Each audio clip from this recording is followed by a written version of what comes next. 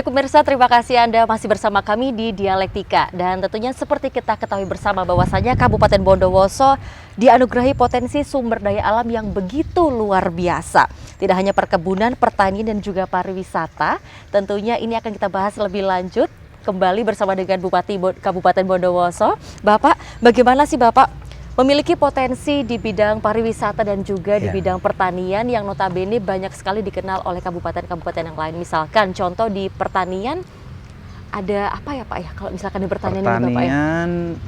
Ya di sini misalnya beras. Betul. Itu termasuk penyumbang kantong beras lah. Kemudian perkebunan misalnya tebu, tembakau, kopi ya, betul. Coklat yang sedang dikembangkan. Saya kira hal-hal itu potensi yang sudah ada dan berlangsung selama ini. Kalau semisal pariwisata sendiri tadi termasuk di Ijen tadi Bapak ya? Ijen, dan ikutannya sebenarnya itu ada kawah wurung, kemudian ada savana yang punya view yang cukup menakjubkan ya, sampai di beberapa medsos itu kita lihat di frame sebagai Parisnya Jawa. Paris Van Java ya? Ya kira-kira gitu, atau dengan dikiaskan dengan pegunungan Alpen, walaupun di sini tidak ada salju tentunya. Iya betul gitu. Kita ketahui bersama Bapak bahwasanya memang dua sektor ini di Kabupaten Bondowoso telah maju dan juga telah diketahui banyak oleh masyarakat luar dari Kabupaten Bondowoso. Namun karena memang sebagai Bupati baru di Kabupaten Bondowoso, strategi dan juga langkah konkret apa ke depannya untuk bisa semakin meningkatkan dua sektor yang sebetulnya dua sektor ini merupakan sektor yang juga sangat membantu perekonomian di Kabupaten Bondowoso. Ya. Jadi sebetulnya begini, tentang pariwisata itu kan kita punya potensi besar, tetapi kebesaran itu belum selama ini secara optimal dikelola dengan baik, dalam arti sebagai sebuah sinergitas bersama. Jadi sebagai kebersamaan yang seluruh komponen bersinergi, dan sinergitas itu ke arah ketujuan bersama satu sistem. Ya bahwa semua bergerak, iya, pemerintah bergerak, iya, dan seterusnya sudah dilakukan langkah-langkah. Nah ini ke depan kita akan dorong sinergitas itu, terutama sinergitas dengan insan-insan pariwisata di luar Bondowoso. Jadi salah satu program kami itu adalah mendorong travel pattern ya. Jadi bahwa misalnya Bondowoso itu ikut dipasarkan dari Bali sebagai satu, atau dari Bromo, atau dari betul. Dan seterusnya. Pola-pola seperti itu yang kita dorong yang pertama. Kemudian kedua misalnya menghubungkan wisata alam ini dengan sejarah. Jadi kita sedang mendorong perguruan tinggi, akademisi untuk melakukan penelitian, pengabdian di sini agar apa yang terkandung itu dapat dieksplor secara ilmiah, yang kemudian dikenalkan lebih dalam itu menjadi sesuatu yang dipahami pembelajaran baru oleh masyarakat, dan itu menambah makna Bondowoso bukan hanya bagi masyarakat saja, tetapi bagi orang yang datang ke Bondowoso itu akan membawa makna, akan hidup dengan itu, melihat bukan hanya sekedar alam, tetapi misalnya di sini dulu tempatnya ini bersejarah dan seterusnya. Jadi di Yunani itu tempat yang kering, kerontang seperti itu, tapi itu karena bagian dari peradaban dunia pada saat Imperium Romawi dan Yunani, itu kemudian orang datang ke sana punya makna yang kuat, punya daya dorong, dan ini besar. Nah, Bondowoso itu sebetulnya punya potensi itu.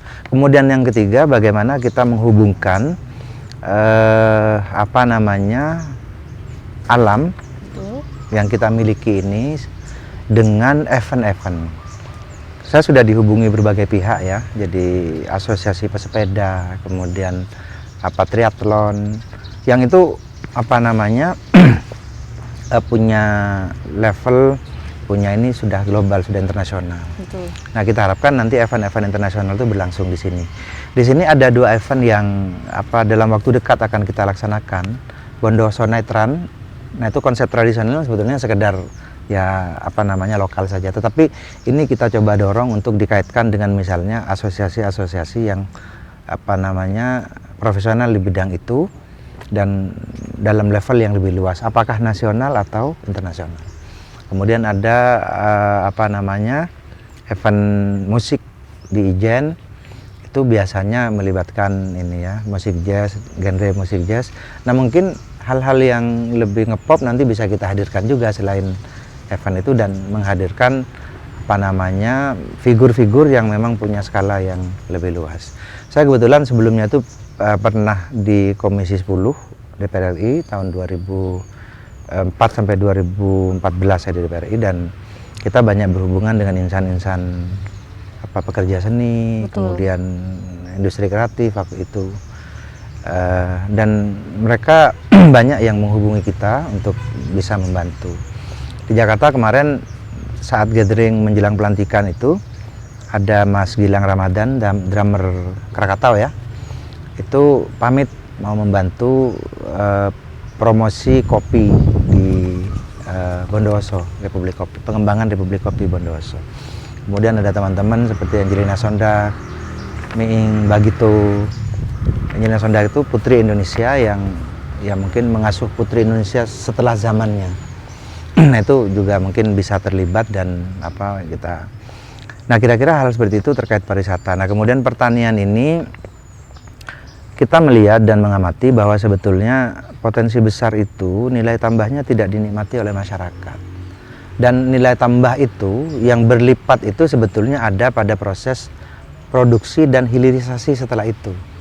Misalnya tape itu, mohon maaf, jadi sebagai bahan mentah yang dijual gelondongan ke daerah sekitar itu dari Bondowoso. Tetapi di packing, kemudian di branding sebagai itu dan diolah menjadi produk turunan tape itu tidak di Bondowoso kebanyakan. Ada mungkin 1-2 yang sudah mulai. Jadi produsennya di Bondowoso namun dikirimnya ke tempat lain, ke tempat lain. Sehingga suar-suwir itu kan menjadi merek daerah lain. Prol tape itu dasarnya dari tape gitu. Nah, yang jelas itu bahwa tape itu bekerja berapa bulan untuk singkong sampai tumbuh. Itu penghasilannya berapa? Katakan misalnya kita katakan 100.000 untuk luasan berapa. Nah bekerja 2-3 hari di pengolahan, di hilirisasi itu mungkin bisa untung 100-200% lebih daripada ini dengan pekerjaan lebih pendek. Nah ini yang sedang kita dorong, hilirisasi di pertanian masuk di program prioritas kami, termasuk juga bagaimana perusahaan-perusahaan yang mengambil bahan dasar itu bisa diproduksi di sini, bisa diproduksi di ini sehingga ada nilai tambah yang dirasakan oleh manfaatnya oleh masyarakat.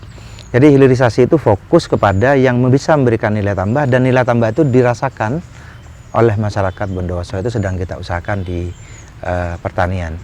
Di samping misalnya pembinaan kualitas ya, varietas tembakau segala macam itu kita coba dorong untuk yang memang sebetulnya banyak varietas tembakau yang merupakan khas Bondowoso itu banyak, tapi belakangan ini misalnya beberapa petani tembakau terbawa oleh yang itu justru mengurangi arti dari kekhasan varietas tembakau Bondowoso yang selama ini oleh pabrikan diambil dan memang khasnya itu ngambil dari sini. Itu sebagai salah satu contoh ya.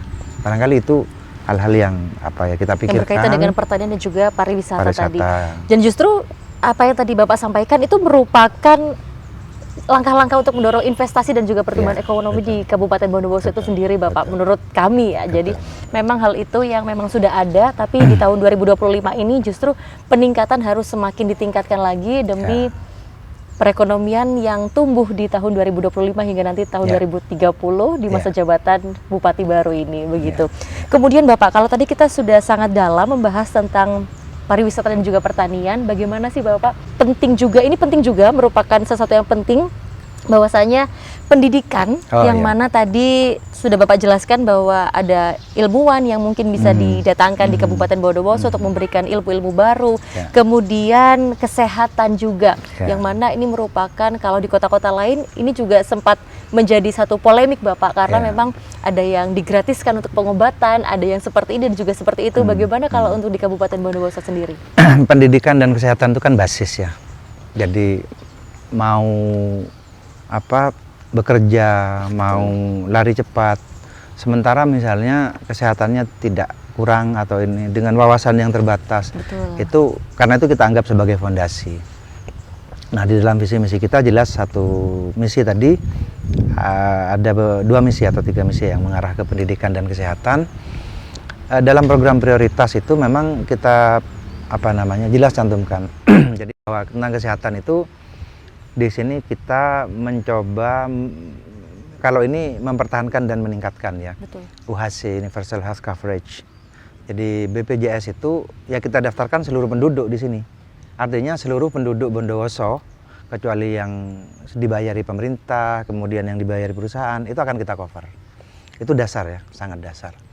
Artinya bahwa risiko orang sakit itu sudah kita cover dengan program pemerintah. Apakah, mohon maaf, apakah ini hanya untuk mereka masyarakat yang tidak mampu saja atau seluruh Seluruh. masyarakat Kabupaten Bondowoso? Seluruh masyarakat Untuk seluruh Kabupaten masyarakat, Bondowoso. baik. Jadi masyarakat Bondowoso sakit itu artinya sudah sudah gratis. Tentu ada cakupan-cakupan. Betul. Dan mungkin untuk peningkatan kualitas kita ke depan berpikir untuk meningkatkan kualitas layanannya. Jadi apakah cakupannya itu bisa mencakup seluruh layanan kesehatan termasuk kualitasnya. Nah, pada perkembangan berikutnya ini kan BPJS di flat ya. Tidak ada kelas. Nah, artinya pemerintah mendorong menghidupkan apa yang kita sebut sebagai Coordination of Benefit atau COB. Program-program COB kesehatan itu akan lahir dan tentu swasta. Nah, mungkin kalau kita menghitung mampu, kita akan masuk ke COB juga pada suatu. Tapi yang penting sekarang Universal Health Coverage itu sudah kita itu yang pertama. Kemudian yang kedua, kita mencoba memperhatikan rumah sakit khusus, rumah sakit perbatasan. Ada 5 titik yang akan kita bikin di perbatasan-perbatasan itu, dan memang seringnya itu problem kontras itu di perbatasan. Jadi kemiskinan itu kemudian nampak karena dikomparasikan. Betul. Jadi kekurangan itu nampak karena dikomparasikan. Bangsa kita Indonesia juga mengambil langkah itu di perbatasan itu diperhatikan dengan baik. Kemudian yang berikutnya di wisata itu, terutama Ijen itu kan ada layanan kesehatan, cek kesehatan dan lain-lain. Kita akan membuat layanan khusus yang kira-kira bisa membuat nyaman wisatawan, gitu ya.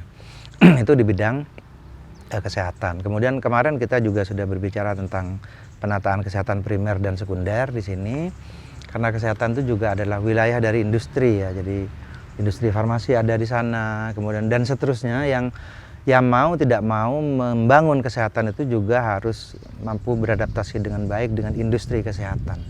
Karena itu gelombang ekonomi. Nah, kita coba melakukan itu.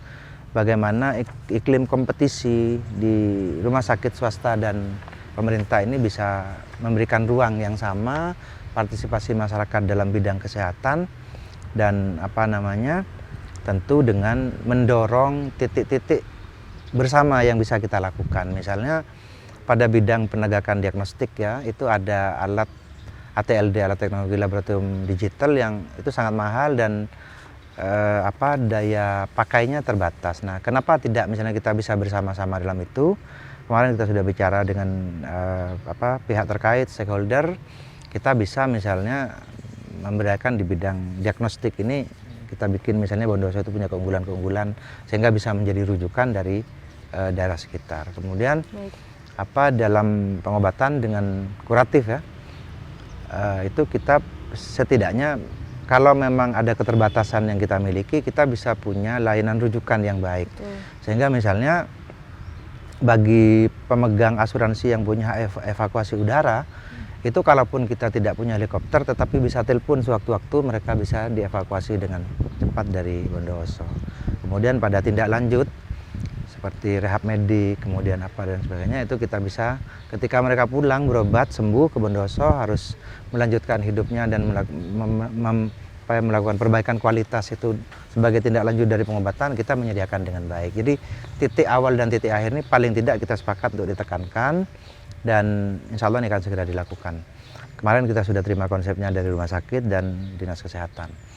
Kemudian yang terakhir saya kira terkait dengan langkah promosi, karena kesehatan yang baik itu sebetulnya masyarakat yang sadar tentang ini. Promosi dan prevensi ya, promotif dan kuratif, preventif. Betul.